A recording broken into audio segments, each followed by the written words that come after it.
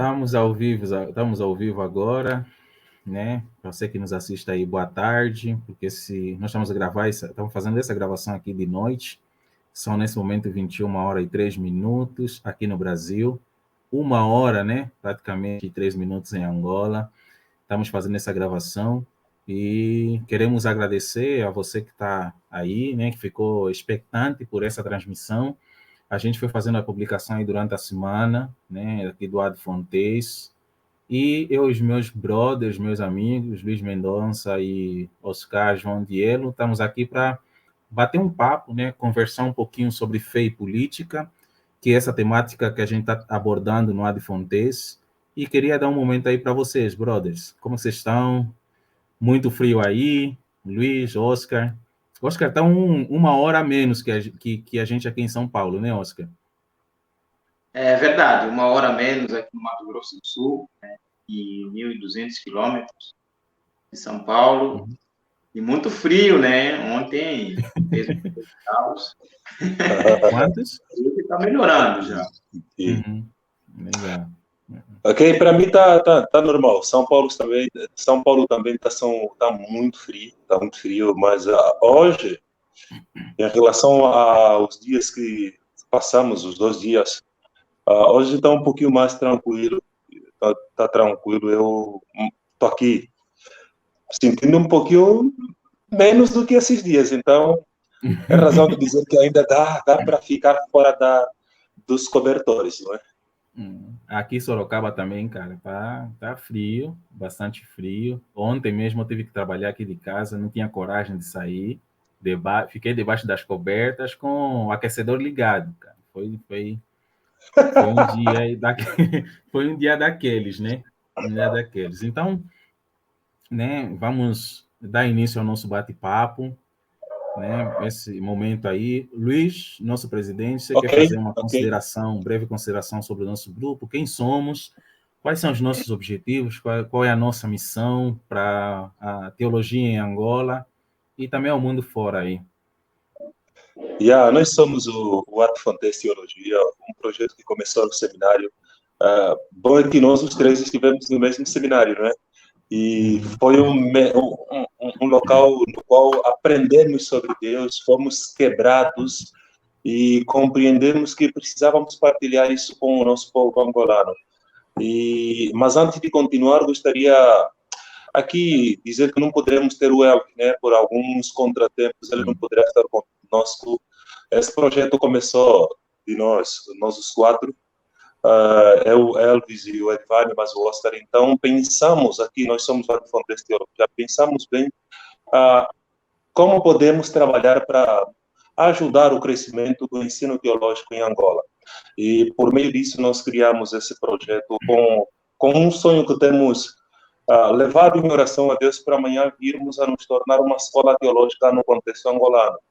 Nossa missão é ensinar a teologia ou levar o conhecimento teológico às igrejas ou equipar a igreja angolana, tanto teologicamente, abrangindo a sociedade, não é? Para que não seja uma teologia fechada para a igreja, mas uma teologia que, de certo modo, leva uma vida prática, porque normalmente nós falamos no nosso contexto angolano que teologia esfria, algumas pessoas que fazem teologia se tornam arrogantes, só que quando nós fizermos teologia percebemos que não é isso, teologia nos ensina mais sobre Deus e não tem como nós aprendermos sobre esse Deus e não vivermos humilde, porque quem conhece a Deus, ele é quebrado de tal maneira com que não ele percebe que a salvação não vem de si mesmo. Então, é esse ensino que nós queremos levar para o contexto angolano. E já falar que nós temos aí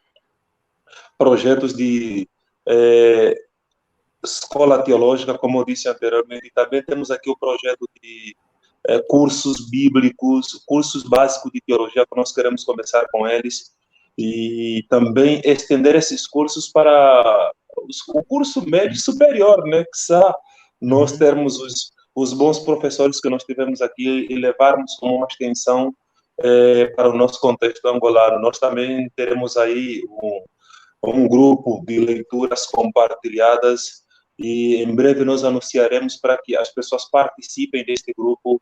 E já temos até um projeto que nós temos aqui para apresentar, que é o livro do discipulado e o custo do discipulado do reverendo Jonas Madureira, Jonas que Madureira. nós queremos começar com ele, mas ainda é uma coisa que nós vamos trabalhar e daqui a pouco nós apresentamos para o público. Bem, sobre o ad fontes teologia, é isso. O termo ad fontes, ele vem do latim, que significa de volta às fontes. Então, nós começamos esse projeto para o contexto angolano, de volta às fontes do ensino teológico, de maneiras com que possamos levar a igreja a um conhecimento eficaz do Deus que nós adoramos. É mais ou menos isso. Amém. Amém. E você falou de uma coisa bem importante, né? Que é a questão das novidades que a gente está trazendo, aquilo que são os projetos que a gente está preparando, né? Para o nosso contexto. E uma das coisas que a gente já começou a fazer é justamente a entrega desse livro, né? Que a gente que a gente comprou para poder oferecer, porque a gente viu que é uma dificuldade grande no nosso povo, essa questão da compra de livro, nem sempre é acessível para todo mundo. E então a gente vai sim. Hoje, infelizmente, felizmente também já, né? A gente tem a capacidade de comprar um livro, né? Mas futuramente a gente oferecer boxes, né? Oferecer conjunto de livros, mais livros para uma pessoa apenas. E quem sabe também projetos aí que vão nos ajudar com outros mantenedores, que a gente vai estar entrando em contato, né? Projetos para a gente, além da leitura comunitária, abençoar pastores e irmãos, né, com séries de livros para um estudo contínuo de teologia também, né? Edvânio, só para dizer no nosso contexto, né? Mantenedores para o contexto brasileiro, para o nosso contexto, são pessoas que apoiam a causa, Isso, né? apoiadores, Pessoas que né? podem contribuir, Apoiantes. ainda que for com 100 kwanzas, ou com 100 kwanzas, no sentido de ajudar essa conta. Se você não tem 100 kwanzas, então compartilhará o projeto Ad Fontes, o Ministério Ad Fontes para as outras pessoas, porque compartilhando você está levando o evangelho para as outras famílias e Exatamente. ajudando, porque dentro do nosso projeto de abençoar os outros pastores com literatura, porque compreendemos nós que não temos como termos pastores ou pastores teólogos se eles não tiverem boas literaturas. Então, Deus tem trabalhado em nossos corações por meio disso e percebemos que não conseguiremos fazer isso sem que nós tenhamos os irmãos que nos possam apoiar, que possam partilhar, com um pouco que tiverem, ou mesmo partilhando as nossas redes sociais, não é? Exatamente. Então, queremos agradecer você que está nos acompanhando, né, neste momento, que tem seguido a gente, tanto no Instagram como no Facebook também. Então, nós queremos agradecer que vocês partilhem ao máximo essa live, esse encontro, esse bate-papo, porque vai ser um bate-papo abençoador, tanto como já tem sido para a gente também abordar esse tema, essa discussão. Inclusive, há um tempo atrás, a gente estudou o livro do Franklin Ferreira contra a idolatria do Estado, e foi a partir desse livro que a gente abordou, ou vem abordando, essa temática também. Então, sem mais delongas, né, a gente vai chamar aí o nosso pastor, o reverendo Marcos Novaes, que é o nosso exímio convidado, né, nesse encontro de hoje, para a gente bater esse papo. E vou estar adicionando, então, ele aqui. Vou chamar ele aqui. Oi, O chegou. primeiro de muitos, né? O Seja primeiro de bem-vindo à muitos, nossa exatamente. roda, seja bem-vindo, pastor Marcos, nosso convidado para o primeiro de muitos encontros que teremos aqui no Ad Fontes. Boa noite, meus irmãos, aqui no Brasil, 21 horas e 11 minutos, está muito frio, e eu quero externar meu agradecimento ao projeto Ad Fontes, pelo convite para falar sobre esse tema e saudar nossos irmãos brasileiros, nossos irmãos também angolanos, e dizer que é uma grande alegria e honra para mim. Eu me sinto muito feliz.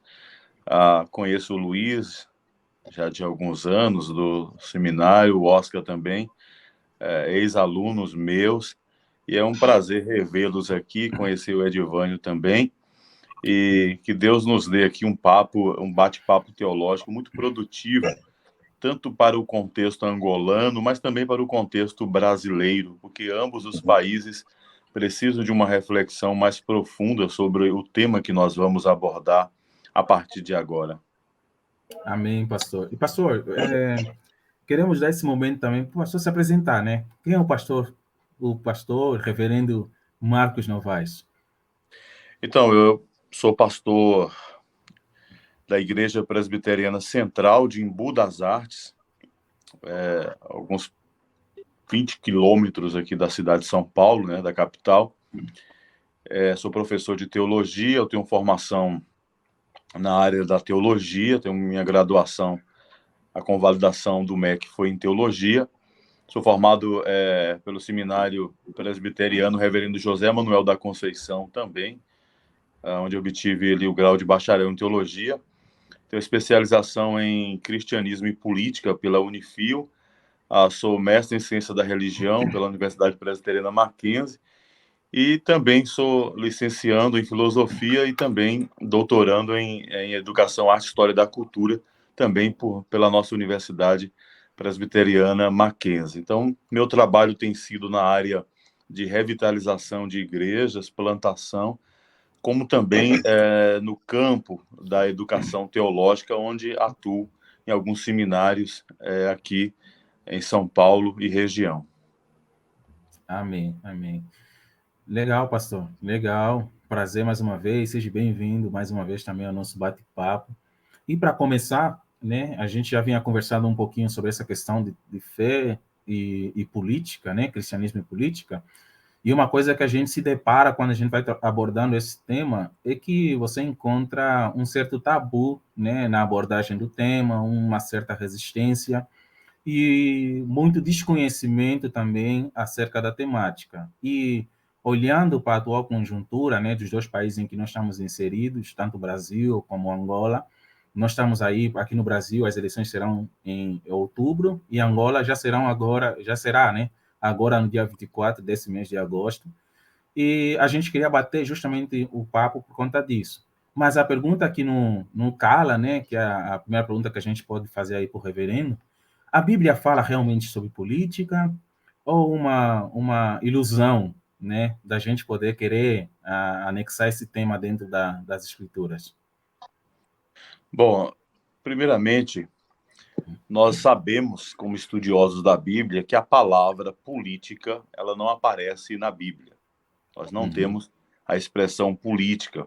A palavra política é derivada de um termo grego que nós denominamos politikos, que significa os cidadãos aí que vivem na polis, né? Que vivem na cidade. E no sentido bem abrangente, política diz respeito a uma sociedade organizada. Então, nós não temos essa definição na Bíblia, uma definição clara sobre política. Se alguém perguntar para nós, defina política a partir da Bíblia, nós não temos essa definição categórica. Embora a palavra não esteja na Bíblia, a Bíblia fala sobre política. Por exemplo, o governo exercido por Deus. Na história de Israel, que nós chamamos de teocracia, a teocracia é um governo político, certo? Então, a teocracia ela existiu do Êxodo ante ali o profeta Samuel, desde o Êxodo, a saída dos israelitas do Egito ante o profeta Samuel, nós temos, então, um período que a nação é governada por Deus, certo? Nós chamamos isso de teocracia. E a Bíblia fala, então, sobre política quando surge a primeira monarquia, quando sai de cena um governo teocrático e entra um governo da monarquia, primeiro Samuel, primeiro e segundo Reis, primeiro e segundo Crônicas, são livros que vão falar desse período, né? Então, fala sobre política quando mostra o primeiro rei sendo nomeado, Saul. Nós temos a monarquia. Nós temos Davi, nós temos Salomão, que vão suceder aí essa monarquia.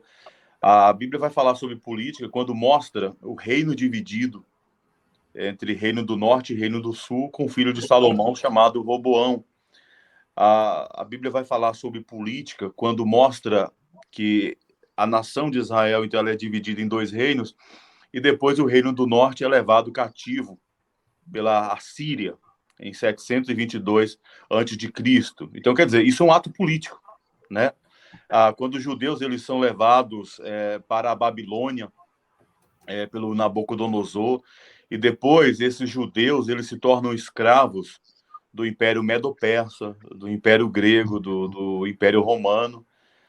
Então, quando Jesus nasceu, a sua família era escrava do Império Romano. Então, isso é política. Por exemplo, no capítulo de número 13 de Romanos, quando nós temos a instrução do apóstolo Paulo sobre os magistrados, qual é a relação nossa de obediência às autoridades, essas autoridades são autoridades do Império Romano. Então, a Bíblia está falando de política. Quando ela fala que essas autoridades foram constituídas por Deus, quando a Bíblia fala sobre o governo do anticristo, ela está falando sobre política. Quando nós olhamos a escatologia bíblica apontando para o reino de Cristo, quando os cristãos oram para que esse reino se estabeleça na sua essência, porque ele já está entre nós, nós também estamos falando de política. Aliás, a Bíblia diz que não apenas Cristo governará, mas também os cristãos governarão com Cristo. Então, o ato de governar, a atitude de governar, o exercício do governo da própria igreja é um ato político. Então, de Gênesis a Apocalipse, nós podemos entender e ver a política. A Bíblia, então, ela fala sobre política. Eu diria que seria impossível a Bíblia não falar sobre política, porque o homem é um ser político. Deus nos criou como um ser político. Aí eu invoco Aristóteles quando diz que o homem ele é um animal político. Né? Então, todas as nossas atitudes são atitudes políticas. Quando Deus coloca Adão para governar o jardim do Éden, e coloca o relacionamento com a esposa, nós temos ali atitudes políticas, né? O que as pessoas confundem é a política com a politicagem. Então, a Bíblia, ela não dá ênfase, ela condena a politicagem, como nós vamos ver. Mas a Bíblia é um livro que trata de política de uma forma muito clara, exatamente porque o povo de Deus esteve relacionado, esteve vivendo períodos políticos, desde a teocracia até o Império Romano, no Novo Testamento. Sim, o pastor dizia aí que sobre essa questão da politicagem. E aqui mesmo, à luz desse tema, o pastor, o púlpito e a política, tipo, como podemos fazer essa distinção da política e politicagem, à luz daquilo que o pastor vinha tratando? Então, a política, ela é um exercício, ela é uma ciência, a política, ela é uma realidade. Agora, a politicagem é quando ela se torna partidária. Quando você toma partido, não é simplesmente optar por um partido, quando você defende uma ideologia, você defende um candidato, você defende um partido em detrimento da democracia.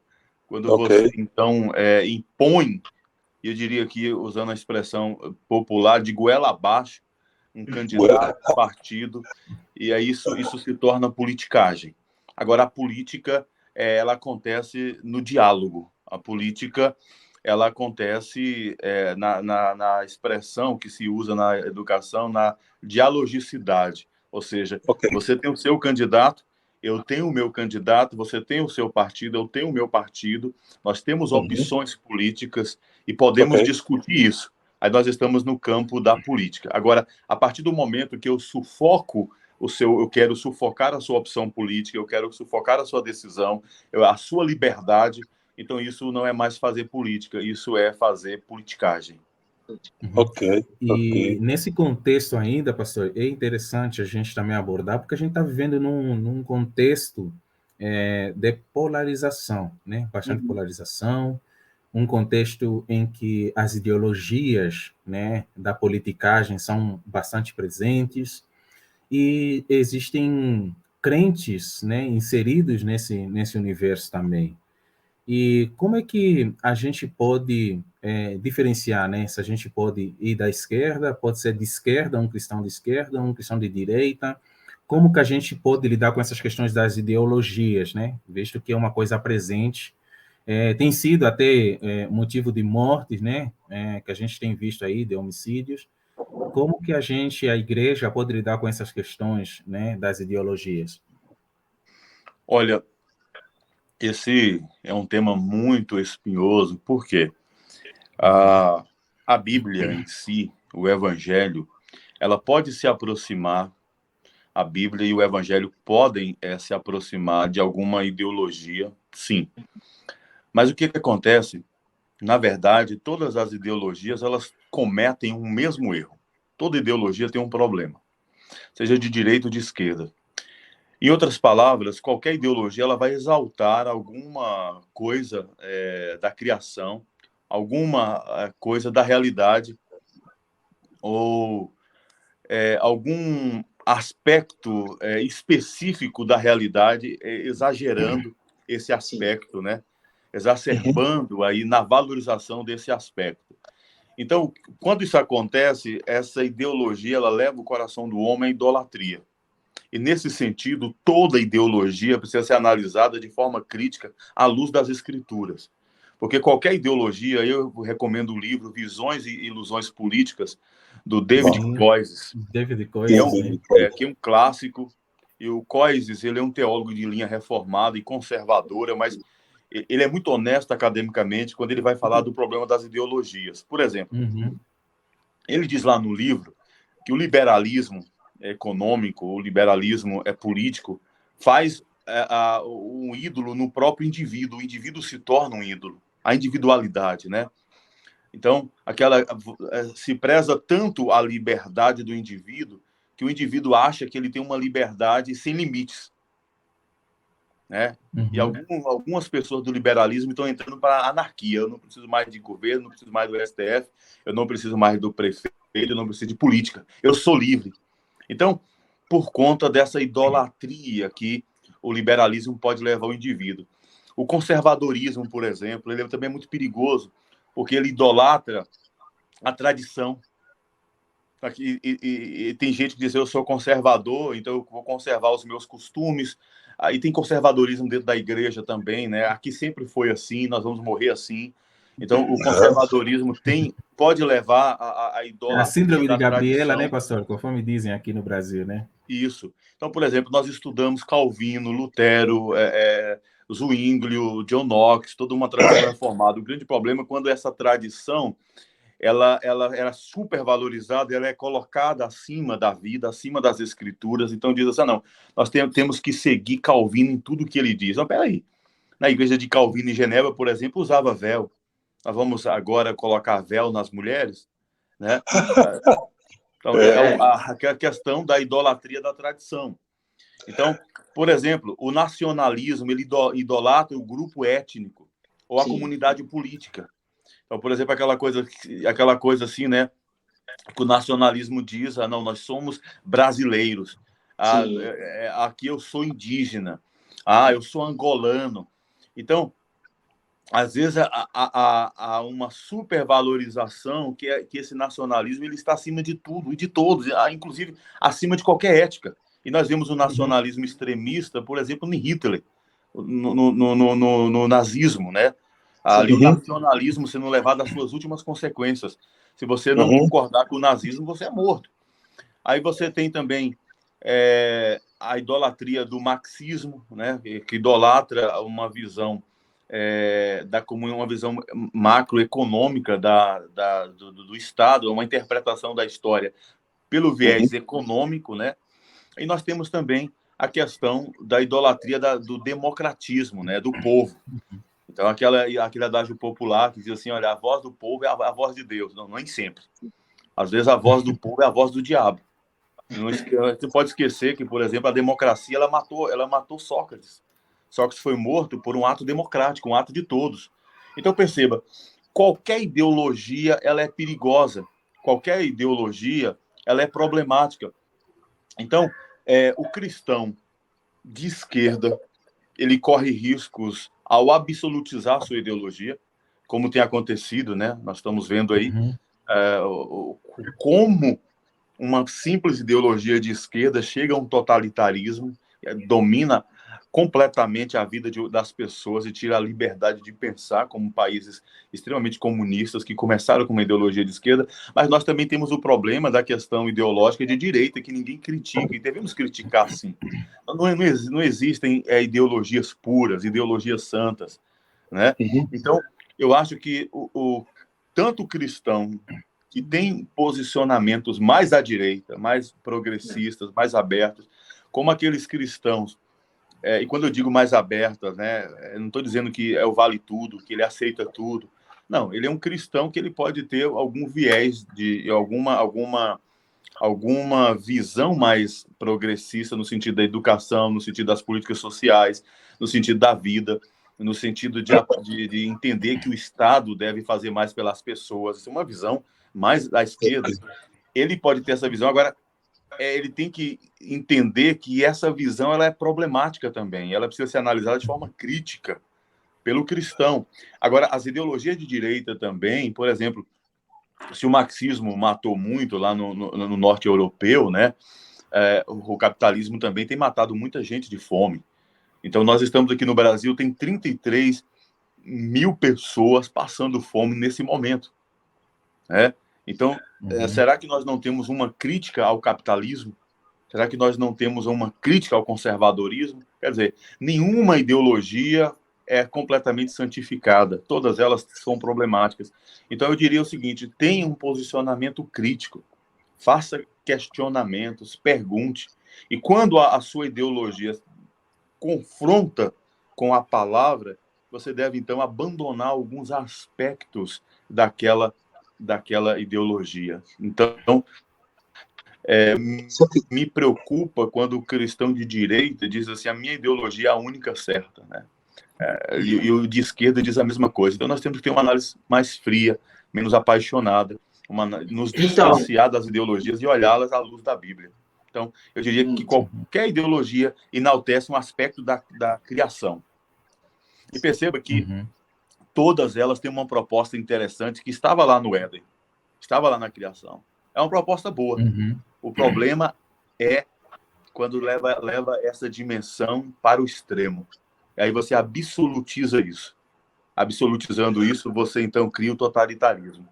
Essa ideologia agora deve ser a única, deve ser a certa, porque todas essas coisas de liberalismo, conservadorismo, nacionalismo, marxismo, democratismo, todas elas estão lá no Gênesis. Elas estão na criação. De certa forma, elas são boas. O grande problema é elas foram levadas às últimas consequências e olhadas só por um ângulo. E aí você vai defender a sua bandeira dizendo essa aqui é a única certa. Então, isso que eu acho que nós devemos fazer uma análise mais crítica.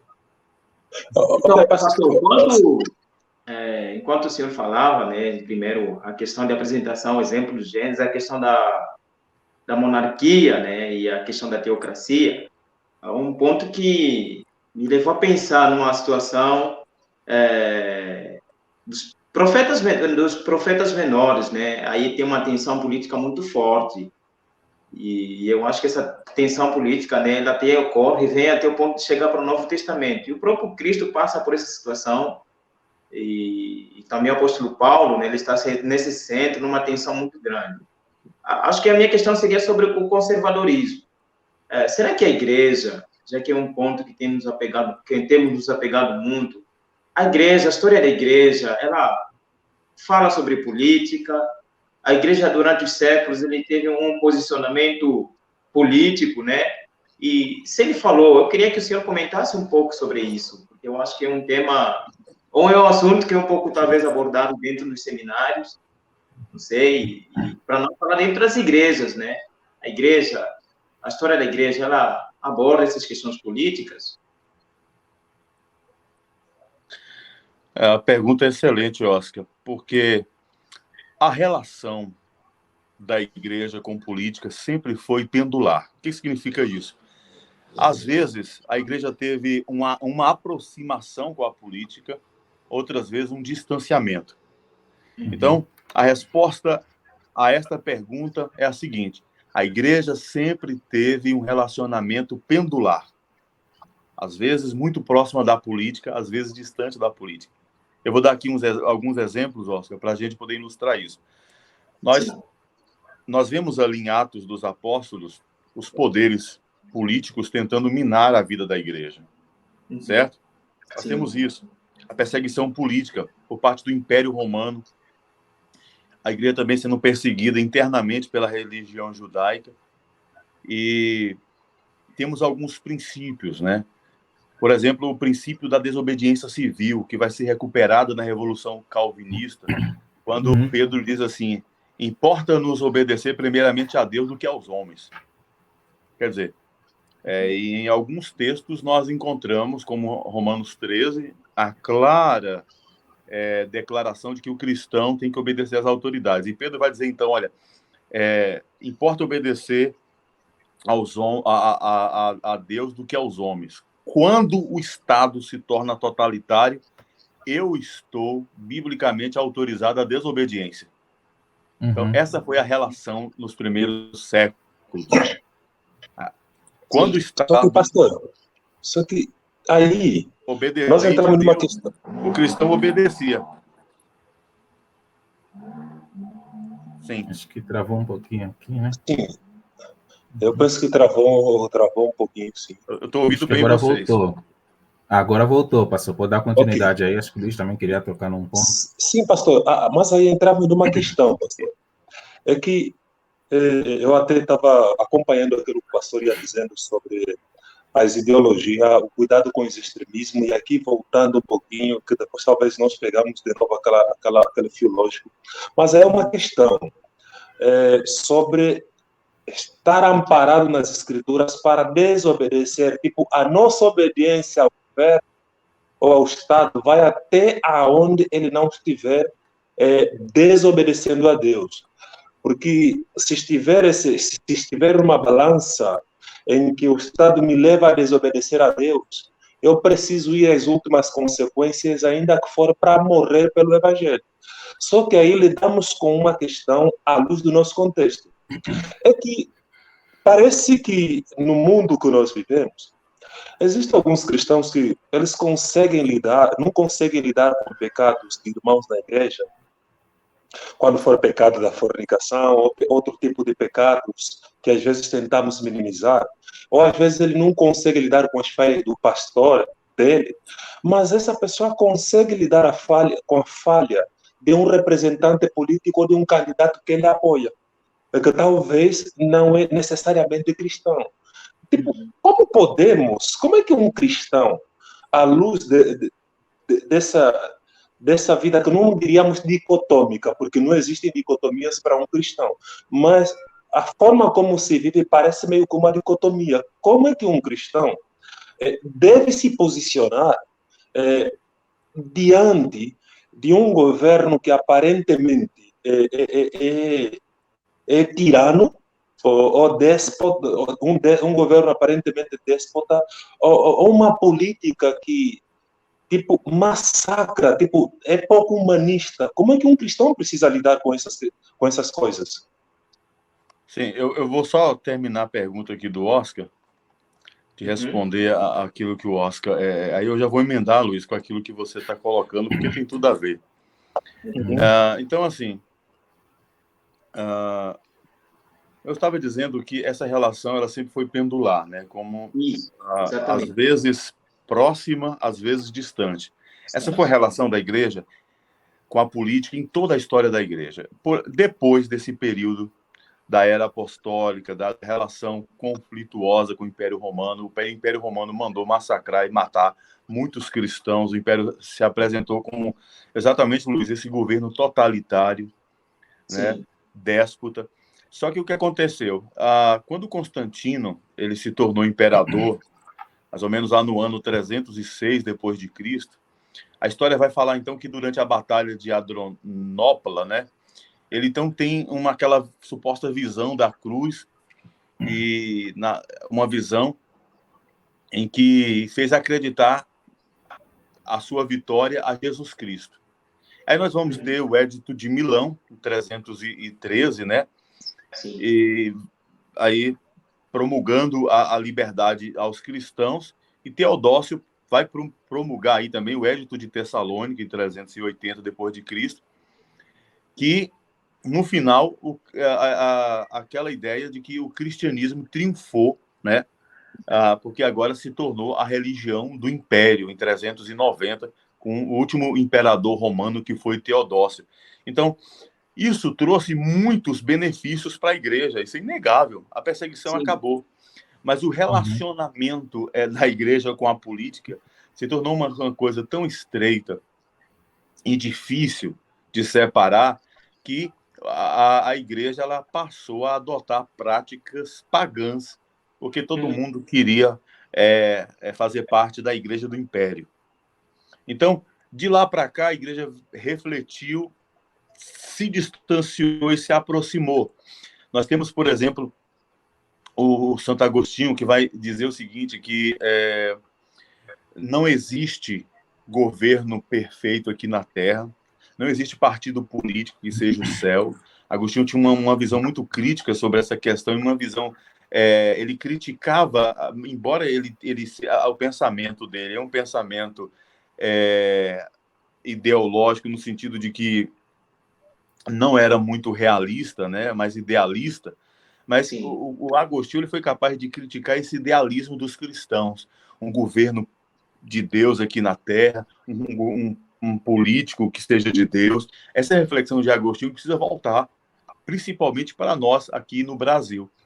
Mais tarde, Lutero vai falar dos dois reinos, né? Lutero vai entender que Deus estabeleceu dois reinos, que o governo é um reino, a igreja é outro reino. O problema foi quando esse outro reino que Lutero tanto dizia, o político, começou a interferir na igreja, e aí a reforma teve que tomar uma decisão, reassumir o princípio da desobediência civil, quando precisou desobedecer e lutar, e até mesmo pegar em armas. Então, aí nós temos as confissões hoje, né, que fala sobre essa questão de obediência, o papel do magistrado civil. Aqui no Brasil, por exemplo, num período chamado golpe militar, e algumas pessoas não gostam dessa expressão, golpe militar ou revolução militar, nós tivemos a participação de muitos evangélicos, de muitas igrejas, a favor do tal do golpe militar. Essa relação, ela sempre foi uma relação, como eu disse, pendular, né? Aí nós temos isso aí. Nós temos grupos como os anabatistas, grupos da ala radical, reforma radical, que não praticamente abominaram política. Isso acabou entrando nos movimentos pentecostais e carismáticos, né? A princípio, depois eles abandonam isso e eles vão ter uma relação com a política um pouco difícil. Tenha visto aí a bancada evangélica aqui no Brasil. Então, esta sempre foi a relação da igreja. Se você analisar, hoje na Angola e aqui no Brasil, nós estamos tendo uma relação novamente entre política e religião, e às vezes nós não sabemos o que é a política e o que é a religião. Porque está tão imbricado, está tão misturado essas coisas, que não há como separar o profeta do político, né? Não há como separar essas duas coisas que o Oscar nos lembra aí na questão dos profetas, chamados profetas menores, quando esses profetas faziam uma crítica muito grande à questão social. E isso tem faltado, porque o grande problema é que, ao meu ver, quando o profeta ele depende do político, a política amordaça a sua voz. Ele perdeu a autoridade profética. E, nesse sentido, tanto a igreja angolana como a igreja brasileira é uma igreja que tem perdido a sua autoridade política, espiritual, por conta do seu envolvimento irrefletido com a política, né? O que eu só quero concluir dizendo que as duas questões que Lutero colocou estão certas: reino político e reino eclesiástico. Mas a revolução nos países protestantes, com a revolução calvinista, no sentido de que nós podemos, e o próprio Calvino vai admitir isso nas Institutas, que se o tirano, se o rei, se o governante extrapolar a sua A esfera de esfera, né? atuação, nós podemos rejeitá-lo. Agora, só que Calvino, ele não vai apoiar a revolução no sentido de que o povo fará isso. Quem faz isso são os magistrados menores. Então, as autoridades constituídas por Deus menores, elas podem tirar do governo essas autoridades maiores, né? Ok. E isso é interessante, é legal a gente ressaltar esse ponto aí, pastor, porque Paulo não se calou, né, diante da questão que existia dentro do Império Romano. E o livro de Romanos, uma coisa que a gente aprende é que quando a gente pega para olhar o livro de Romanos, principalmente no capítulo 1, a gente esquece os primeiros versículos e já cai para o versículo 16, versículo 17, versículo 18, né, que o evangelho é justamente o poder de Deus para a salvação, né, para a salvação. E a gente, olhando para o versículo anterior, é muito legal a gente ver a menção que Paulo faz, exaustiva, sobre o próprio Deus em si, que Jesus Cristo é o Filho de Deus, aquele que é governado com poder, aquele que é o descendente de Davi, justamente da linhagem desse rei que governará, né, completamente no futuro. E Paulo também vem trazendo uma crítica ao próprio império em si. E muitos imperadores, na época, após a própria morte, eram considerados como Deus, eles eram divinizados, né? E os seus filhos eram chamados de filhos de Deus. E Paulo quer apresentar que o verdadeiro filho de Deus em poder é o próprio Cristo em si, dando uma mensagem, trazendo uma mensagem de esperança e também uma mensagem que os cristãos, né, tendo ouvido, se revigoraram, e cai muito nessa questão do equilíbrio, né, até onde devemos ser obedientes concernente ao Estado e até onde nós devemos desobedecer ao próprio Estado em si.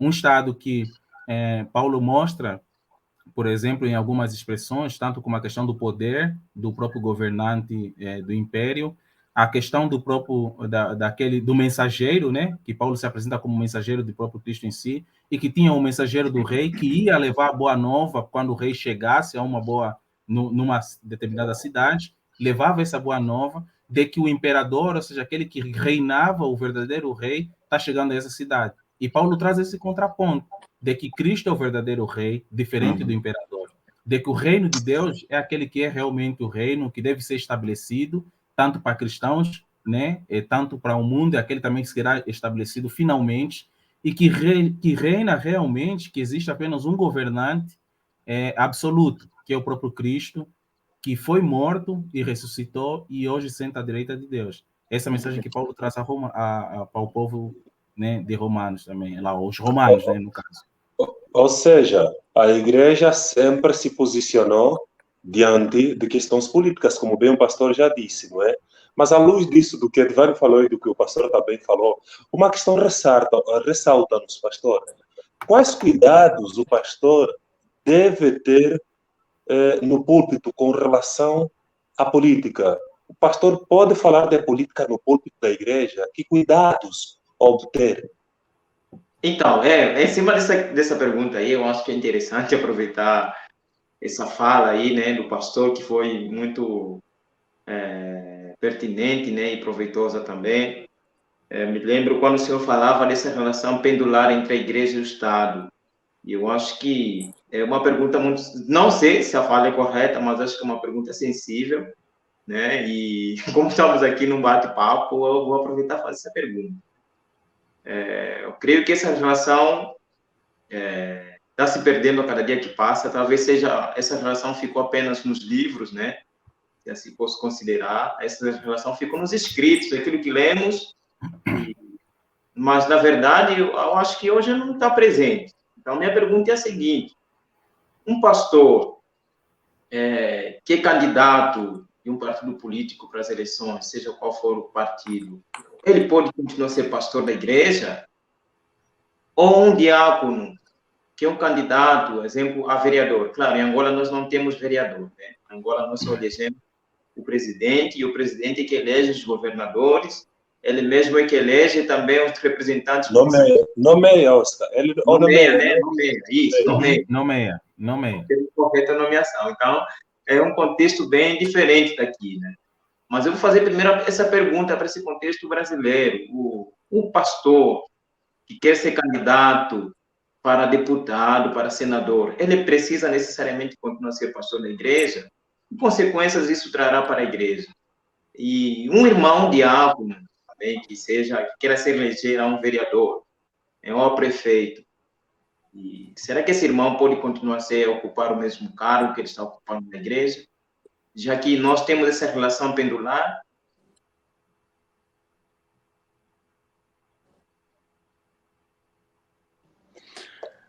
Eu vou começar de trás para frente, respondendo à pergunta do Luiz Oscar, porque eu preciso da conclusão dessa pergunta para chegar na sua pergunta. Então, assim, os cuidados, né, que o pastor deve ter com relação à política no púlpito da igreja. Então, assim, os cuidados que o pastor deve ter no púlpito ao falar sobre política deve ser o mesmo, ou os mesmos que ele tem ao falar sobre qualquer assunto espinhoso no púlpito. Haja vista que não apenas política é um assunto melindroso, difícil, um terreno pantanoso para o pastor pisar, calcar aí os seus pés para falar sobre o assunto. Então, se ele pode falar sobre política, em alguns casos, não só pode falar, mas ele precisa. Ele precisa falar sobre política. Por exemplo, nós temos um livro do Skinner. O nome do livro é As Fundações do Pensamento Político Moderno. Esse livro eu li, é um camaço, é um livro que trata muito sobre o aspecto político do protestantismo de forma geral. O Skinner vai falar lá na página 191 sobre Savonarola. O Savonarola, que vocês sabem, foi um pré-reformador, né? Ia anteceder o Lutero. Savonarola, ele pregou aí uma série de sermões políticos falando sobre política, nos quais ali ele instou, né, os cidadãos da cidade com êxito para aprovar um grande conselho na cidade. Então, perceba, havia uma necessidade de mudanças políticas estruturais na cidade. Savonarola, então, ele usou o púlpito da igreja e pregou uma série de mensagens sobre política, falando sobre política. Era uma necessidade, né? Então, o Skinner vai mostrar isso. Porém, o que acontece? O ministro ele pode falar sobre política. O que ele não pode... Porque, primeiramente, o político ele não é apolítico. Desculpa, o pregador, o pastor, ele não é um ser apolítico. Certo? Agora, o que ele não pode fazer? Ele não pode ser partidário. Certo? O pastor, o pregador do evangelho, do político, ele não pode defender nenhum candidato político ou um partido. Ele não pode ser partidarista, mas ele pode falar sobre política, como nós vimos, a Bíblia fala sobre política, ele precisa orientar a igreja sobre o que é política, sobre a votação consciente. Ele precisa alertar a igreja sobre as implicações do ato político, da escolha de um candidato que irá reger o país. Ele pode muito bem usar o púlpito para falar sobre política. Mais uma vez, o que o pastor não deve fazer é politicagem.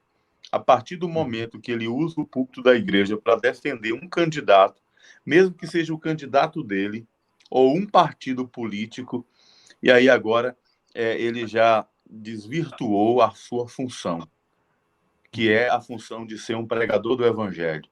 Ele fala de política porque ele está atenado às questões da atualidade, mas ele não pode defender um partido. Com relação à pergunta do Oscar... Pastor, deixa eu cortar um pouquinho o senhor aí. Não esqueça que o pastor também vai responder aí a questão do Luiz, mas só um parênteses aqui. Tem a questão também que eu gostaria de fazer ainda nesse contexto, né? Porque a gente enxerga uma realidade. Normalmente, em épocas de campanhas políticas, aí está se aproximando das eleições e tudo mais, tem pastores que abrem ou disponibilizam o púlpito para um certo candidato fazer uma certa a sua campanha eleitoral política dentro da igreja, né? Aí eu queria que o pastor também, a título de resposta e uma chega nessa questão também, aí depois talvez de responder a pergunta do Luiz. Pode ou não, né, o pastor conceder o púlpito para candidatos políticos, não é? Abrir a porta da igreja para que os candidatos vão lá e façam as suas campanhas? Olha só, aí nós voltamos ao mesmo assunto. O púlpito da igreja não pode ser usado por políticos. Não deve ser usado por político. O púlpito é o lugar da pregação. A partir do momento que você cede o seu púlpito para um político, como eu tinha dito, né? Aí você se coloca em uma relação estreita, extremamente perigosa e que contraria a própria essência do evangelho. Porque o púlpito é para ser usado para a pregação da palavra de Deus. Eu me lembro que eu estava na cidade de Biúna e estava pregando e de repente eu era o pastor daquela comunidade e chegou o presidente da Câmara de Vereadores da cidade. Eu o apresentei, eu revelei para ele a nossa alegria de tê-lo ali no nosso culto, após o culto, e só. E aí, seguindo aquilo que a Bíblia diz, dá honra a quem tem honra. Ele foi honrado por nós. Mas a confissão de fé de Westminster é clara com relação a isso, que diz que o magistério civil não pode ter interferência no magistério religioso. Então, o político ele não tem voz, ele não tem fala no púlpito da igreja. Então, o pastor não pode ceder o púlpito da igreja a políticos. E aí a questão que o Oscar colocou, que tem tudo a ver, depois a gente volta para o Luiz, senão eu vou me perder um pouquinho aqui, são muitas perguntas. mas vamos por parte aqui, vamos dividir o bolo aqui em fatias para a gente conseguir comer. A questão do Oscar, eu vou dar o exemplo da minha denominação. Então, assim, primeiramente, um pastor pode ser político? Bom, partindo de uma questão peculiar, particular, eu particularmente, eu não aceitaria ser um político. Mas é uma questão de foro íntimo. Por quê? Porque nós não temos um mandamento na Bíblia para isso. Certo? O que nós sabemos da vocação ministerial é que os dons de Deus, a vocação, os dons são irrevogáveis. Uma vez que Deus deu o dom para você de ser pastor, uma vez que você recebeu, né, o dom do poimen, Caio de Dascalos, que é o pastor mestre, o pregador, acabou, você tem esse dom. Você não vai perder esse dom se você entrar para a política. Porém, o que a igreja presbiteriana faz nesses casos? Vamos me usar aqui como exemplo. Se eu quiser me tornar candidato, posso. Eu não vou deixar de ser pastor. Porém, eu preciso pedir licença ao ministério. Porque durante a campanha política, durante a minha campanha eleitoral, eu saio da frente da igreja. Perceba, eu continuo sendo ministro do evangelho, eu continuo sendo pregador, mas eu não posso exercer o ministério pastoral de forma oficial durante a minha campanha eleitoral. Por quê? Para não confundir o santo com o profano. Porque fica muito difícil na hora de pregar, de ensinar, se for tocar nesse assunto, você não puxar a sardinha para o seu lado. Então, Oscar, eu creio que se alguém quer ser político, ele não deixa de ser pastor, mas por uma questão de consciência, ele deveria pedir licença ao ministério, ficar licenciado por um tempo, né, até que se tome a decisão final se ele vai ser um político. Sendo um político, ele vai continuar sendo um pastor, se ele ter oportunidade, ele pode até pregar, desde que tome cuidado para não fazer política no púlpito da igreja, né? Então, esse assunto é muito espinhoso, mas a forma que a igreja presbiteriana usa, eu acho muito interessante, porque nós não excluímos completamente o ministério da pessoa, Mas nós, então, entendemos que durante esse período, por ser um período muito delicado, né, pode acontecer essa confusão da igreja confundir o pastor com o político, então ele fica licenciado, seria um caminho. Aí é uma opção interessante para as outras igrejas copiarem, né? Eu penso que é muito sensato, pastor. Eu penso que é muito sensato agir assim, porque imagine que eu esteja concorrendo a candidato de um partido.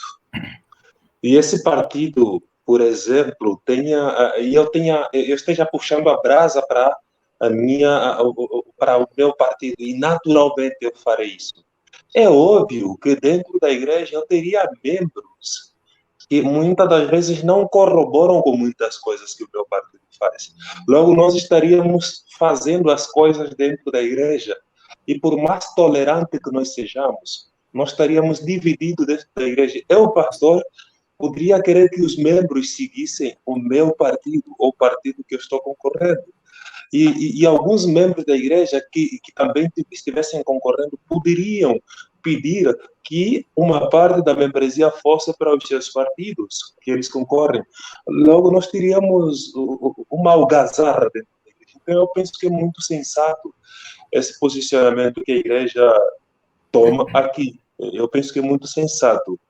Eu penso que é muito sensato.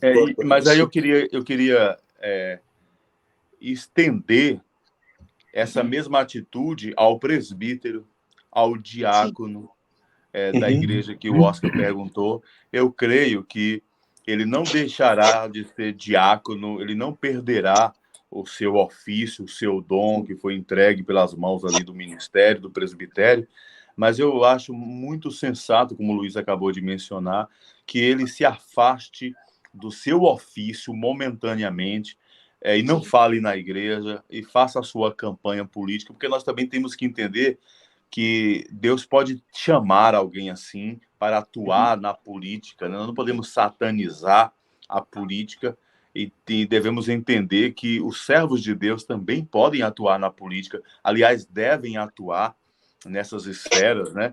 Mas desde que eles não levem os seus próprios membros a votar neles, né, a fazer essa que nós chamamos aqui, essa politicagem, serem partidários, e aí vai criar uma relação difícil na igreja, principalmente porque vai ter pessoas que não vão querer votar nele, ou já tem o seu próprio candidato, e nós temos que respeitar essas pessoas.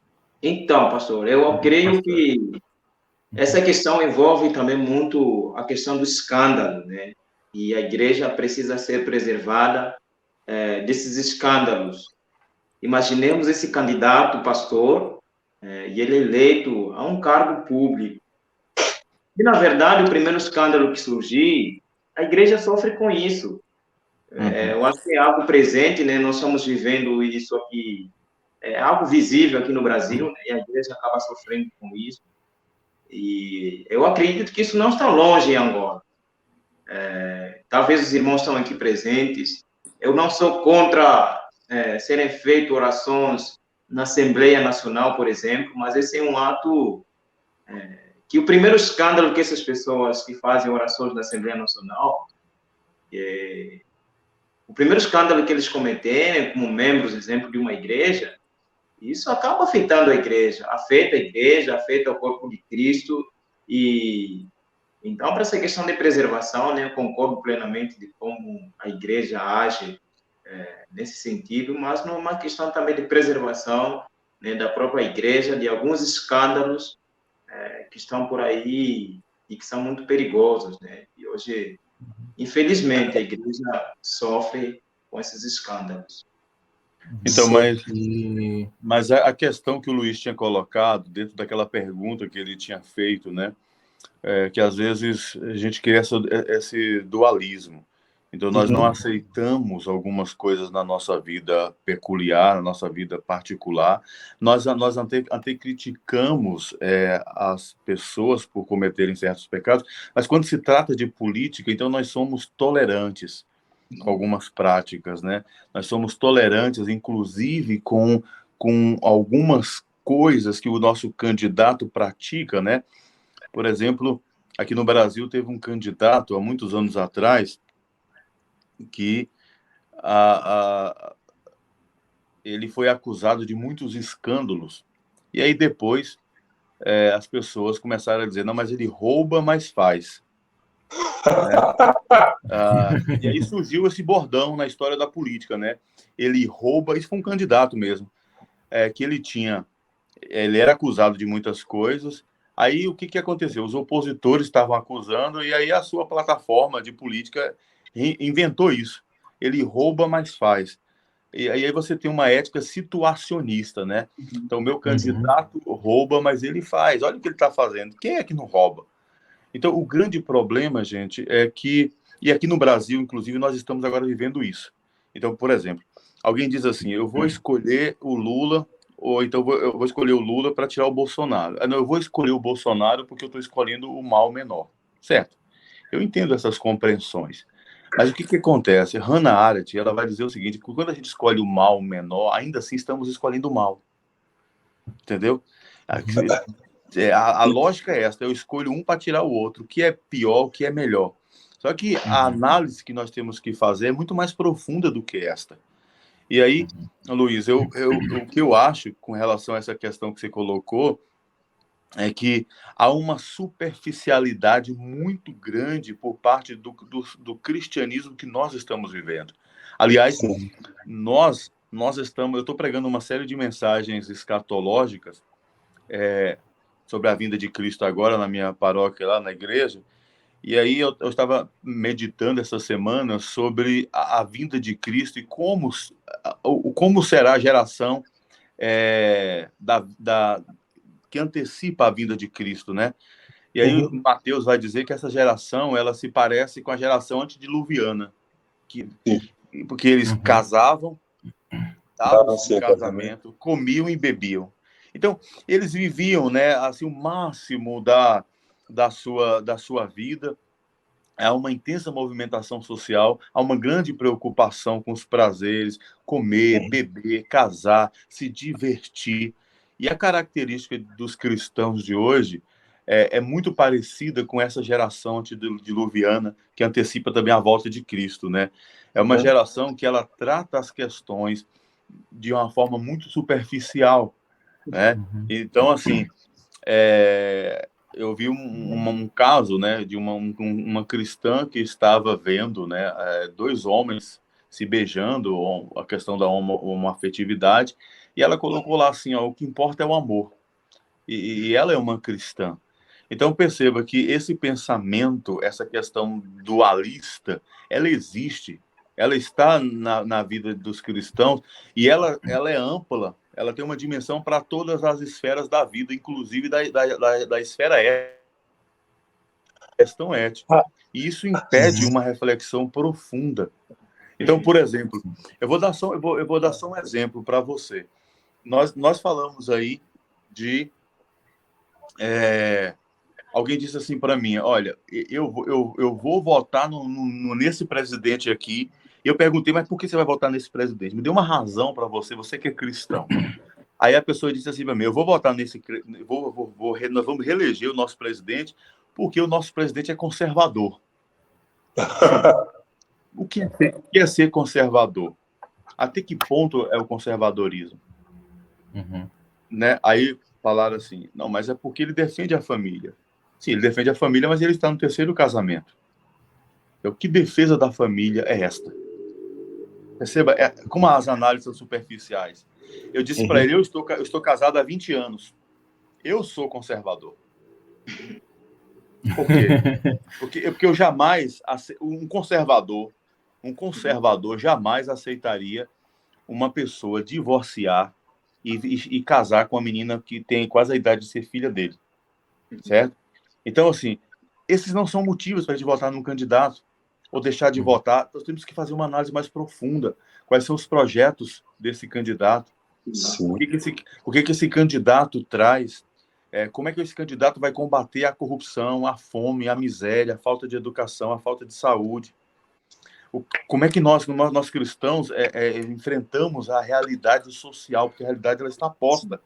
E aí você vê esses jargões, essas coisas assim, sabe, infantis, essas coisas que, como eu falei, né, essas esferas que o pastor, que é o profeta, ele deve combater. E quando ele combate, no caso aqui no Brasil, ele não precisa ser de Lula, não precisa ser de Bolsonaro. Ele só precisa entender que a cosmovisão dele é redirecionada por princípios bíblicos. E quando a gente olha para a Bíblia, nós vemos claramente quais são as responsabilidades de quem governa, quais são as responsabilidades de quem se submete, e que essa submissão não é subserviência, ela é limitada, ela tem... E o grande problema que vocês estão vivendo no país de vocês, e que nós corremos risco aqui, e que já estamos vendo aqui na América do Sul, é que essas democracias passaram por uma metamorfose, se tornaram totalitarismos, e a igreja simplesmente se calou. Nós temos hoje uma igreja que ela não tem engajamento, ela não luta pela liberdade, ela não se posiciona.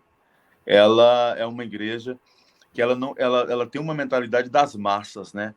Então, ela, da questão do slogan, né? Ela acredita no que a política diz, no que estão dizendo, na propaganda que estão fazendo, e ela, então, não percebe a armadilha que está caindo. E aí, então, o que você vê hoje, por exemplo, aqui no Brasil, os dois candidatos estão focando na classe evangélica, que a nossa eleição aqui no Brasil ela vai ser decidida pelos mais pobres e pelos evangélicos. Então está todo mundo querendo ganhar essa massa evangélica, querendo esse povo, e eles vão fazer de tudo para isso. Mas o evangélico deveria se posicionar de forma mais crítica e entender o que está por trás do discurso, o que está por trás da propaganda, da questão do slogan. Então, as motivações, né? Oi? Pastor, as motivações do coração. Exatamente. Quais são as motivações? Exatamente. O pano de fundo. Eu vou só colocar um exemplo. Um cristão que tem consciência de engajamento, um cristão que entende que o evangelho nos chamou para a liberdade, para a libertação. Ele jamais aceitaria uma propaganda como essa. Nós vamos distribuir R$400 por mês, ou vamos distribuir R$600 por mês. Quer dizer, isso é ganhar o voto das pessoas pelo estômago. Isso não vai solucionar o problema da fome, da miséria. Teremos que pensar assim, qual o projeto para tirar 33 milhões de pessoas da fome? Então, são coisas que eu acho que a igreja precisa refletir com mais cuidado, né? Por isso que eu acho tão importante esse nosso bate-papo aqui, que são iniciativas como esta, que podem lançar alguma luz aí, né, para iluminar o cenário que se apresenta, que é muito obscuro, né? Sim, pastor, nessa questão ainda, nessa cena aqui do pastor ia falando da questão do engajamento, né? A gente também vê, né, a questão quando a gente fala do próprio cidadão, o cristão como cidadão, aquele que está inserido na sociedade, vai estar vivenciando esse momento, né? E que ele tem as suas obrigações também, seus deveres como cidadão. Como o pastor vê essa questão do próprio cristão em si e se abster na questão da votação? Olhou todas as questões que o pastor falou agora, que deve se olhar para um candidato, quase, entre aspas, não encontrou nada, e ele quer se abster do próprio voto em si. Como que a Bíblia lida com essa questão da abstinência do voto? Então,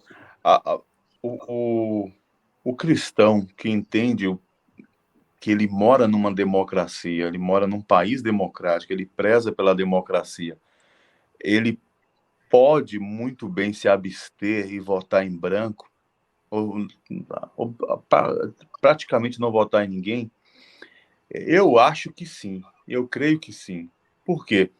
Porque isso faz parte da liberdade. Eu posso estar equivocado, certo? Talvez não votando, eu posso estar abrindo margem para que outro faça no meu lugar. Agora, eu não posso, de forma consciente, votar em uma pessoa simplesmente com esse discurso de se evitar o mal maior ou o mal menor. Então, eu vou dizer o seguinte, olha, fulano é péssimo, mas ciclano é menos péssimo. eu vou votar em ciclano, então. Eu creio que, democraticamente, ele pode optar por não votar em nenhum dos dois. Qual é o problema? Ele não está pecando. Essa é a minha. Ele não está pecando. E o problema que eu vejo, filosoficamente, o que estão fazendo conosco? Estão nos colocando numa bifurcação. Ou sim ou sim, né? O sistema em si, ele nos colocou numa bifurcação no seguinte sentido: ou você vota nesse fulano, ou você vota nesse ciclano aqui, porque nós não temos mais opção. Quem disse que nós não temos mais opção? Não há terceira via, né? Exatamente, porque, lógico, não tem uma terceira via, porque as terceiras vias se apresentaram fragmentadas, não tiveram um plano sólido. Agora, por que a sociedade não cria uma terceira via? Por que não optar por outras mudanças? Vocês estão entendendo isso que eu estou dizendo? Sim. O grande problema é que nos colocaram em uma enrascada. É bonito a gente dizer assim, olha, eu vou votar nesse aqui, porque esse aqui é pior. Mas esse que você está votando também é a solução? Porque se ele não for a solução, Hannah Arendt está certa. Votar no mal menor, ainda assim, é votar no mal. Mas o grande problema é que, como o cenário, o palco está armado, e aí a gente fica sem saída. Sem saída. Agora, eu não posso dizer que um cristão em sã consciência que disse eu não vou votar em nenhum deles, eu não quero votar, ele tem esse direito. Assim como aquele também que diz eu vou votar nesse candidato aqui, o outro, não, eu vou votar nesse outro candidato.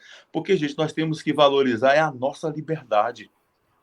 Nós temos que resgatar essa liberdade que foi conquistada pelo humanismo que vocês mencionaram aí, pelos reformadores. Isso é um princípio democrático.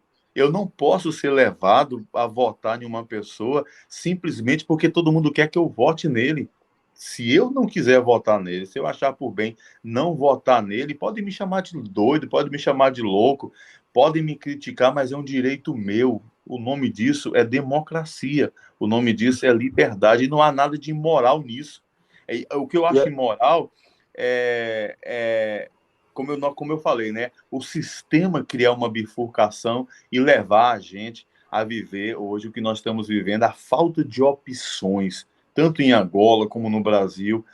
Parece que nós só temos isto. Mas será que só temos isto mesmo? Ou criaram isto? O que está por trás disto? Qual é o pano de fundo? Estão nos encurralando. E quando estão nos encurralando, automaticamente nós estamos perdendo o nosso direito de voto, porque eu queria, eu quero, e eu queria deixar essa herança para os meus filhos, para os meus netos, de chegar no dia da eleição e falar assim, eu vou votar no meu candidato. Eu estou feliz com o meu candidato. Eu acredito nas propostas do meu candidato. Mas não, desculpe a expressão aqui chula, mas o cara vai para a urna e diz que eu vou votar nessa merda mesmo, porque não tem outro. Então, agora eu pergunto para vocês, veja a mediocridade, veja a situação, gente, que nos meteram. Olha só o que a política fez conosco. E aí, alguém ainda diz que nós não precisamos discutir política. Lógico que nós precisamos discutir política. O Platão falava que quando a gente não discute política, nós corremos o risco de sermos governados por alguém inferior a nós. E é o que está acontecendo, né? Lá nós em Angola, desde criança, ouvíamos umas músicas assim que diziam que o menino não fala política. Então, e a igreja, no contexto angolano, eu percebo que a igreja falhou muito no contexto angolano porque se absteve de falar dessas coisas. Porque a igreja não ensinou, porque não é a igreja que vai dizer voto o candidato X e não voto o candidato X, mas pelo menos a igreja não ensinou os membros a refletirem em quem candidato votar. Tanto é que, à luz daquilo que o pastor falou, nós percebemos que o direito de abstenção é um direito nosso, porque nós nos tornamos necessariamente coniventes quando votamos a um candidato que depois percebemos que escolha eu fiz.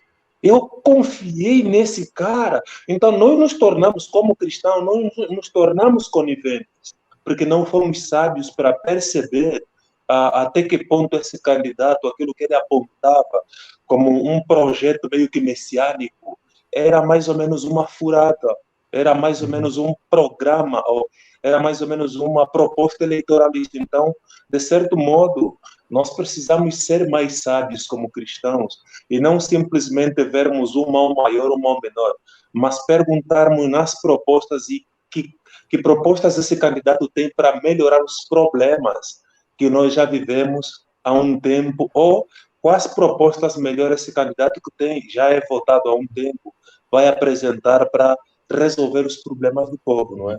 E nisso daí também, né, Luiz, é que a gente acaba, quando está nesse período de eleição, a gente acaba depositando a total confiança salvífica até para os candidatos, né, que a gente elege. A gente acha que a gente deve depositar a confiança redentiva para esses candidatos, em vez daquele que coloca esses candidatos, né, como governantes, que é o próprio o Senhor soberano e supremo, né? Então Deus dá o poder aos governantes, só que às vezes nós mesmos como cristãos depositamos uma fé redentiva, né, e salvífica nas mãos desses candidatos, né? Isso. Então, nisso, tem uma imagem que passou lá no nosso grupo, né, que é no nosso Instagram e Facebook, e eu achei interessante essa imagem. Uma imagem de um angolano que fala assim, ó, Moisés Adalberto da Costa Júnior. Adalberto da Costa Júnior, pastor, é um candidato, né, do partido da oposição, tem um candidato à presidência da República. Ele diz o seguinte: Moisés salve-nos das mãos do faraó João Lourenço, né? Então, há um comentário, possivelmente esse é alguém que conhece histórias bíblicas. Então, qual conselho o senhor deixaria para um cristão como esse, né? Visto que ele conhece a palavra, dizer para que Moisés salve Angola, né? De Faraó, se essa fala fosse para o Brasil, né? Qual conselho do senhor? Essa esperança que esse jovem coloca totalmente nesse candidato da oposição para salvar essa nação das mãos do Faraó, que é o atual presidente, né? Que ele apresenta como atual presidente, não é? Sim, isso. Então, essa questão do messianismo, ela é uma questão muito séria, porque no Brasil nós já tivemos na história o sebastianismo, né? Aquela figura mítica de um salvador, de um Cristo. Isso se repete, isso não é novidade. O que acontece aqui no Brasil, e possivelmente esse sentimento está em Angola? Há um certo messianismo, e todas as vezes que um país se encontra em frangalhos, né? Um país se encontra quase que destruído, surge novamente sempre uma esperança messiânica. O grande problema que nós vemos na história é o próprio Hitler, né? O próprio Hitler, ele se apresentava como detentor desta fé nacionalista, desse sentimento de resolver todos os problemas da nação. Então, aqui no Brasil, nós temos esse messianismo, né? Eu vejo isso principalmente no bolsonarismo, né? Embora eu não sou lulista, nunca votei em partido de esquerda, nem em Lula, mas a minha visão é que aqui no Brasil, por exemplo, nós vimos pastores batizando o Bolsonaro, frases e orações e textos e tudo que vem sendo divulgado, fica parecendo então que nós estamos numa grande guerra entre o bem e o mal, e no meio dessa guerra, né, nós temos então um Messias que surge, ele surge então com uma proposta redentiva. Aí eu preciso voltar em Santo Agostinho, como Agostinho falava, que não existe candidato redentor, não existe um partido, não existe nenhum rei, não existe uma cidade, nada que vai nos trazer a redenção. Então, é tanto que esse sentimento messiânico, que algumas pessoas não aceitam eu já fui chamado de comunista, de marxista, de outros Não, itens, não me fala isso. então, simplesmente por fazer críticas ao atual presidente. Porque, assim, eu posso votar no atual presidente sem nenhuma dificuldade, mas Sim. eu posso também criticá-lo. Quando eu critico, eu estou dizendo que ele é passível de críticas, que ele é um ser humano, que há propostas equivocadas da parte dele. Então, assim, a partir do momento que você não aceita uma crítica ao seu candidato, que seja construtiva, que vai trazer uma nova visão, que pode, inclusive, essas críticas podem levar esse candidato a melhorar a sua posição, a melhorar a sua visão, a sua atuação como um político. Se você não aceita isso, né? E você tem essa visão messiânica, você tem que tomar um pouco de cuidado. E o conselho que eu dou é se afaste mais, porque isso pode ser fruto da ideologia do seu coração que está ali sobressaindo, que está aflorando aquele desejo de depositar as esperanças em uma pessoa humana. E aí o que acontece? Quando essa pessoa assume o poder e ela começa a revelar as outras faces, as outras dificuldades que você não conheceu, aí começam as decepções, né? E aí a pessoa idolatrada, ela já está tão intoxicada desse poder que deram a ela, né? Dessa missão messiânica, e parece assim que o indivíduo ele está realmente com uma espada, né? Que Jeová deu para ele, e agora ele vai derrotar todo o mal. Então, e aí o que acontece? Gente, isso é muito perigoso.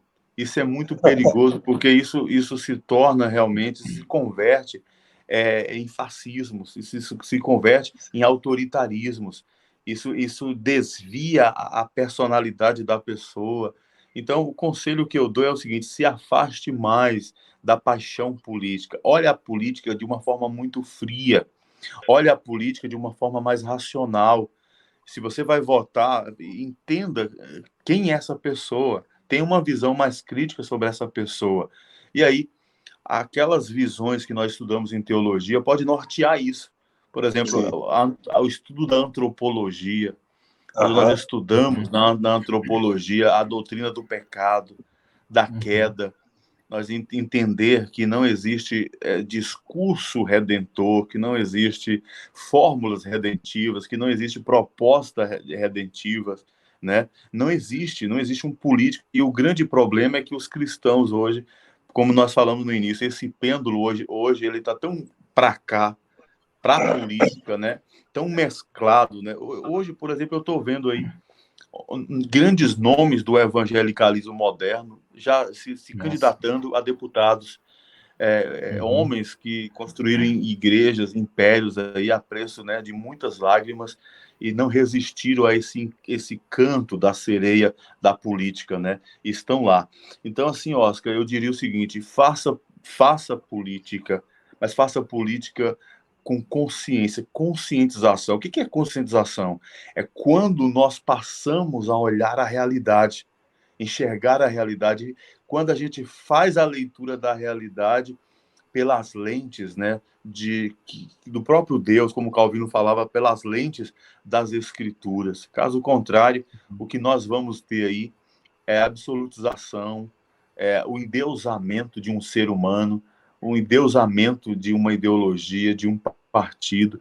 E aí, se você analisar a situação de Angola, o contexto angolano e o contexto brasileiro, até hoje não resolveram isso. Nós somos um país que os dois países foram roubados, defraudados, enganados. Nós pagamos um alto preço pela escravidão, né? Naquela questão do eurocentrismo, né? As nações poderosas, as nações hegemônicas, essas nações nos oprimiram e até hoje estão fazendo isso conosco. E aí, de vez em quando a gente quer resolver esse problema endeusando um homem, endeusando uma ideia ou mesmo um partido.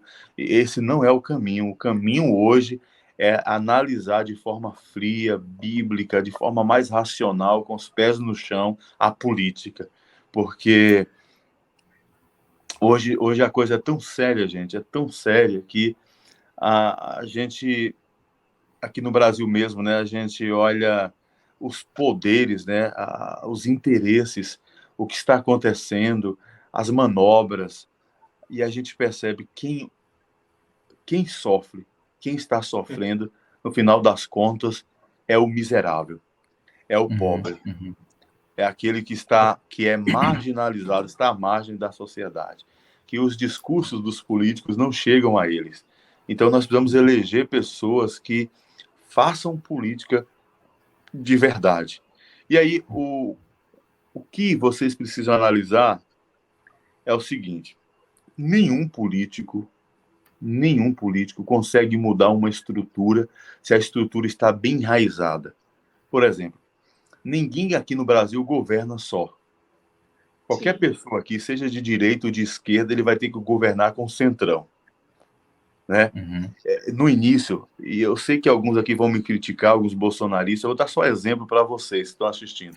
No início, o Bolsonaro cantava uma música e dizia o seguinte: se cantar, pega centrão, não fica um, meu irmão. Porque tem uma música aqui, né? Se cantar, pega ladrão, não fica um, meu irmão. O que aconteceu? Passou-se alguns tempos e hoje o bolsonarismo está de mãos dadas com o centrão. Por quê? Porque o Bolsonaro é bom ou é ruim? Não. Porque não tem como governar sem um centrão. Existem poderes por detrás do presidente, certo? Assim como em Angola, a estrutura é outra, mas existem poderes, jogos de interesses por trás de quem está lá no poder. Se ele está no poder, alguém deu esse poder para ele. Concordo? Alguém deu esse poder para ele. Então o que acontece? Analise isso de uma forma mais fria. Não seja apaixonado pelo assunto da política, pela filosofia política, tudo bem, mas não seja um apaixonado pelo candidato, não seja um apaixonado pelo partido por sua ideia. Reflita, pense, porque caso contrário, a igreja não fará nenhuma diferença, e como não tem feito, basta olhar aqui a bancada evangélica no Brasil e as críticas que se fazem a ela, né? Pastor, nossa, que papo, viu?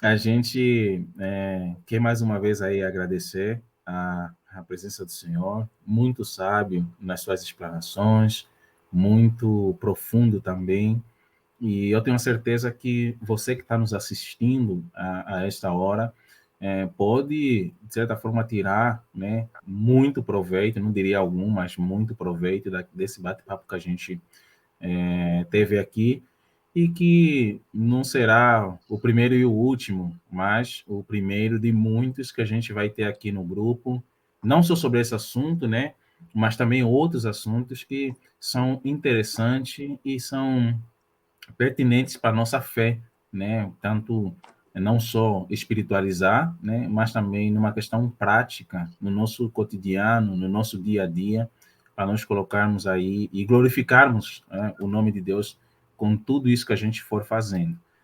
Pastor, mais uma vez, obrigado. Queremos agradecer mais uma vez a presença. Tenho a certeza absoluta que teremos mais encontros aí que poderemos contar com o Senhor, né? Então, queremos aí estender também as nossas saudações à tua família, à tua comunidade, e que Deus continue abençoando o Senhor. Eu também agradeço a palavra, Edivânio. Muito obrigado. Amém. Obrigado. Então, vou pedir aí que vocês se despeçam, né? Mas antes de nos despedirmos, eu sei que você está esperando aí com a questão do livro, né? Todo mundo ficou esperando a questão da oferta do livro. Então, hoje, né? Ou digo hoje, nesse momento que está sendo publicado o vídeo, hoje, dia 22, né? Dia 22, segunda-feira, assim que está sendo publicado esse vídeo, a gente lá na nossa página do Facebook, como na nossa página do Instagram, a gente vai estar publicando, né, aquele que é o contemplado, aquele que receberá contemplado ou contemplada, né? Aquele que receberá o livro como presente, e a gente vai entrar em contato com você assim que for anunciado aqui o nosso time. Se tiver aqui no Brasil, quem tiver no Brasil vai entrar em contato com você. Se tiver em Angola, também temos alguém lá em Angola que entrará em contato com você para poder fazer a entrega do livro, então. Meus irmãos, Luiz, Oscar, deem aí um bye-bye, um tchau. aí para a gente estar encerrado, então, esse encontro. Oscar, pode começar. Eu acho que eu vou passar. Pastor, foi muito bom, foi muito bom mesmo. E o que o pastor estava falando me lembrou que eu aprendi com o professor Felipe Fontes. Uma coisa que eu consigo perceber se eu idolatro alguém, é eu não conseguir discordar dele. Se eu não conseguir discordar dessa pessoa, é porque eu idolatro ele. Então, isso é algo que precisamos pensar, e principalmente no nosso contexto angolano, precisamos pensar, e como igreja, como precisamos pensar nos candidatos que temos escolhidos para o voto. E irmãos e irmãs que estarão nos acompanhando por meio dessa página, vocês terão muitas vezes aqui o pastor Marcos Novaes, como já disse o irmão Edvário, e por favor, partilhem enquanto puder, que Deus abençoe vocês grandemente. Uhum. E partilhem e comecem a seguir a página, né? Quem não segue, quem está vendo esse vídeo e não segue a página, vai para lá, comece a seguir. Oscar, rapidinho. Então, é um grande prazer rever o pastor Marcos Novas, né? E de verdade mesmo, de coração. Eu aprendi muito com ele. Só para falar que ele foi meu orientador no TCC, né? No seminário. Então, a gente aprendeu muito. E queria dizer que concordo plenamente quando o pastor fala essa relação pendular, né? Entre a igreja e Estado, a política. E acho que essa relação ela não é uma relação homogênea, né? Então, temos que ter muito cuidado a isso. E quanto também a questão de idolatrar um candidato e tornar esse candidato um Messias, aquele que vem para libertar o povo. O único Messias foi aquele que morreu da cruz, né, e que prometeu que ele vai voltar. Então, eu creio que toda a nossa esperança deve se basear nele, né, com essa sua vinda, em que trará esse governo pleno, onde as injustiças não farão parte. Apesar que ele já está reinando, né? Para nós milenistas, né? Não sei você. Para nós milenistas, sim. Irmãos, só um conselho, né? Eu sei que as eleições estão às portas aqui no Brasil e em Angola. A Bíblia fala de um quarteto. E é o quarteto que nós temos que olhar em épocas de eleição: pobre, estrangeiro, órfão e a viúva. Se você quer um princípio bíblico para votar num candidato, pense nisso. O que esse candidato pode fazer pelo pobre, estrangeiro, órfão e a viúva? Esse quarteto ocupa muitos textos da Bíblia. Um candidato, seja crente ou não crente, que se preocupe com esse quarteto mágico aqui, vou chamar de mágico para você memorizar: pobre, estrangeiro, órfão e a viúva. Esse deve ser o seu candidato. Hoje a fome está se alastrando, a miséria no mundo, e nós precisamos de alguém que resgate a preocupação que Deus teve com esse quarteto mágico. Esse é um princípio que vai me nortear agora a minha escolha do meu candidato e deve também nortear a escolha de qualquer cristão. Muito obrigado, eu me senti muito honrado pelo convite, aprendi com vocês também, e para você que está assistindo, compartilhe, com certeza isso vai trazer muitos benefícios para quem precisa aprender mais sobre política. Aqui eu já mencionei o livro, vocês mencionaram o livro do Franklin Ferreira, né? A Idolatria do Estado. Então leiam Políticas Ilusões Políticas, né? Ilusões Políticas, de David Boies, né? Exatamente. Esse livro é extraordinário. Leia com muita calma esse livro e veja como as ideologias têm sido deturpadas e assimiladas dentro das nossas igrejas. Ele nos ajuda muito. Muito obrigado, queridos. Amém, amém. Então, mais uma vez, tchau, tchau. E a gente fica por aqui. Brevemente a gente estará juntos. Começaremos uma nova série, né? A gente começou agora a série, terminou agora, então, a série Política Redimida, com essa live, com esse encontro. E nos próximos encontros nós estaremos estudando, conforme o nosso querido e amado Luiz falou, né, o livro do pastor e reverendo Jonas Madureira, né, sobre discipulado. Então, aguardem aí os próximos dias para a gente poder estar já iniciando aí, fora as nossas leituras compartilhadas também, que a gente vai estar compartilhando com vocês nas nossas páginas, para que vocês possam ficar aí por dentro. Então, tchau, tchau. Deus abençoe rique e poderosamente cada um de nós. Luiz, pastor Marcos, Oscar, Elvis, que não está presente também, mas vai estar assistindo aí. Deus abençoe. Estamos juntos, então. Tchau, tchau. Tchau, E até tchau. já. Yeah. Tchau.